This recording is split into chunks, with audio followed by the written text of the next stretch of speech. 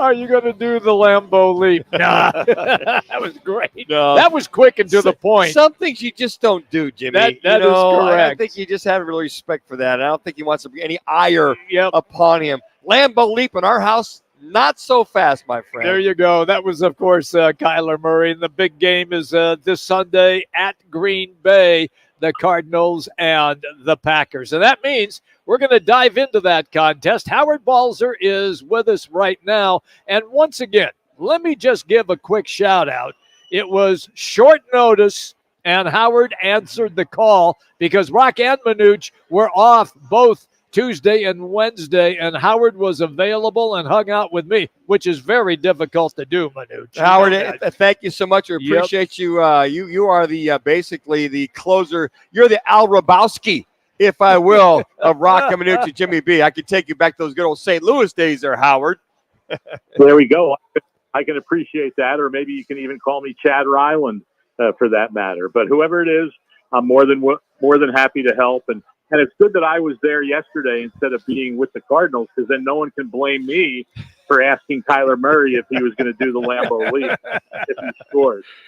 That's correct. You're off the hook. I got to ask you, Howard, when you're in some of these pressers and some of these questions that are asked, I mean, you're the senior guy. You're the senior dude in there. Do you kind of look at somebody, kind of give a little squint to the eye like, why the hell would you ask that question by not saying anything? Do you give them that look once in a while?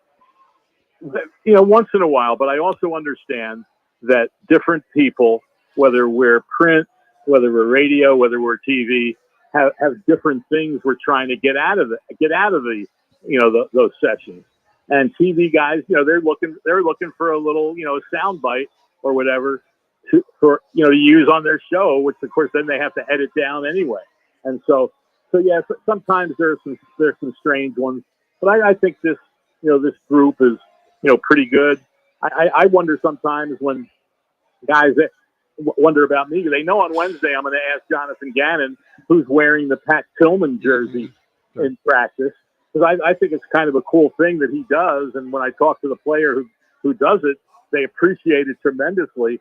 But I don't see anybody else actually talk about it on their shows or writing or whatever. But I think it's kind of cool what he does in recognizing guys that do a good job in practice on the scout team each week. Howard, as you're watching that game on Sunday, it seemed, I don't know, just watching the game, I watch everything, okay? It's just kind of a quarterback thing. You get used to it. But I saw very more active Jonathan Gannon, more animated, more just, he seemed to be here, there, wherever, besides just standing there.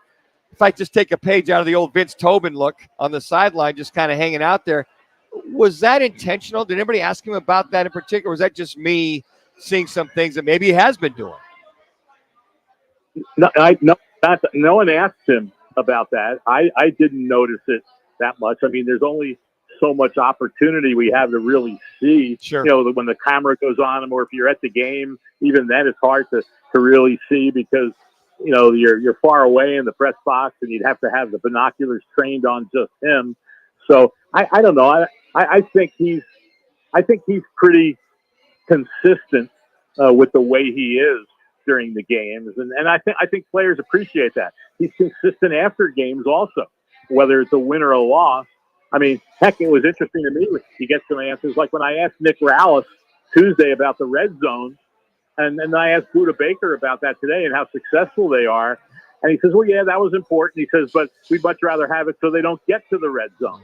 So, a lot of the players are buying into that whole mindset that whatever you do in a game, whether it's a loss, whether it's a win, you can find good and bad, and the bad always needs to be corrected. And I think Gannon does a good job on that, especially after a win, to not let guys get too over the top on it and say, hey, we still got a lot to work on. And he said it earlier in the week when he said how proud he was of the team. I mentioned this to Jim yesterday, how proud he was of the team more last week for the practice week than the game week because of the way they attacked it and all those things. And, he said this is a week-to-week league. He said, sometimes after a loss, it's like the sky is falling.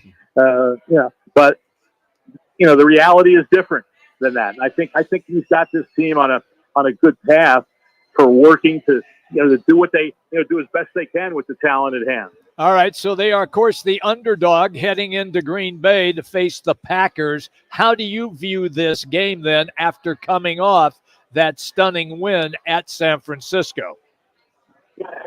There's some real keys. We talked a little bit about them yesterday, and I did a little more deep dive on it, where I mentioned that the Packers in the first 5 games of the season have 14 takeaways. Guess what? That's number 1 in the NFL. And as Xavier McKinney, who is, by the way, this year's NFC Defensive Player of the Week, has 6 of those 14 takeaways. And in last week's game against the Rams, they were trailing 13-10. I think either late in the third quarter or early in the fourth quarter. And then they had takeaways on 2 straight plays, both by McKinney.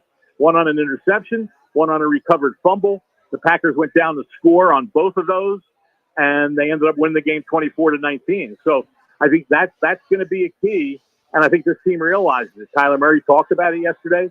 We know this. You always have to limit your turnovers on offense, but this team, the Packers, is one that really works at it and finds a way to get it done. And the flip side of that, by the way, guys, is the Cardinals. There's only, I think it's only 5 teams in the NFL have fewer than their 5 turnovers in 5 games. So they've been good on penalties. They've also been good on protecting the football.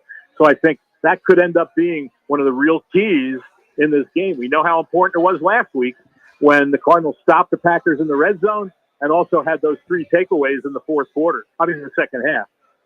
So I got to imagine, I'm hoping, I think Cardinal fans got to hope that Kelvin Beachum will be playing this week, because they were dominant with the running game with James Conner, to see what they did. What's the latest status on some of the guys that are questionable for this weekend?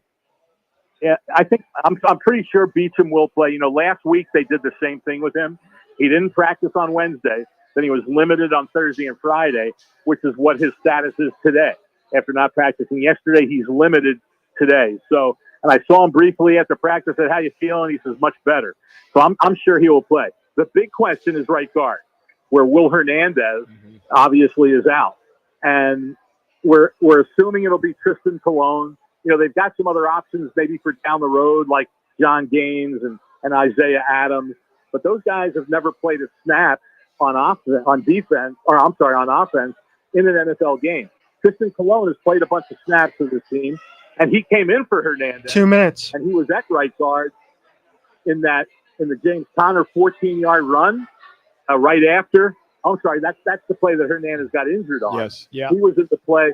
He was on the field and pulled, did a great job of pulling to the left, which sold the Kyler Murray potential run, where he stopped and threw the ball to Higgins for the touchdown. And then in the next drive, when Conner carried the ball, I think it was 7 times for 36 yards, Tristan Colon was at right guard. So it's one thing doing it for a quarter. It's another thing doing it for an entire game. So I'm sure that will definitely be key in this game against that Packers defense. Always great, pal, when you take time to come on the show with us. Thank you again for the short notice. We always appreciate you. Have a good weekend, Howard. Thank you, pal. My pleasure. Real quick, I just wanted to comment. I heard your guys' conversation, and Manute, your point about the college guys coming to the NFL and the 3 years of the pension. The other thing is, if you stay in college that extra year, you delay by a year getting to that second contract. Yeah.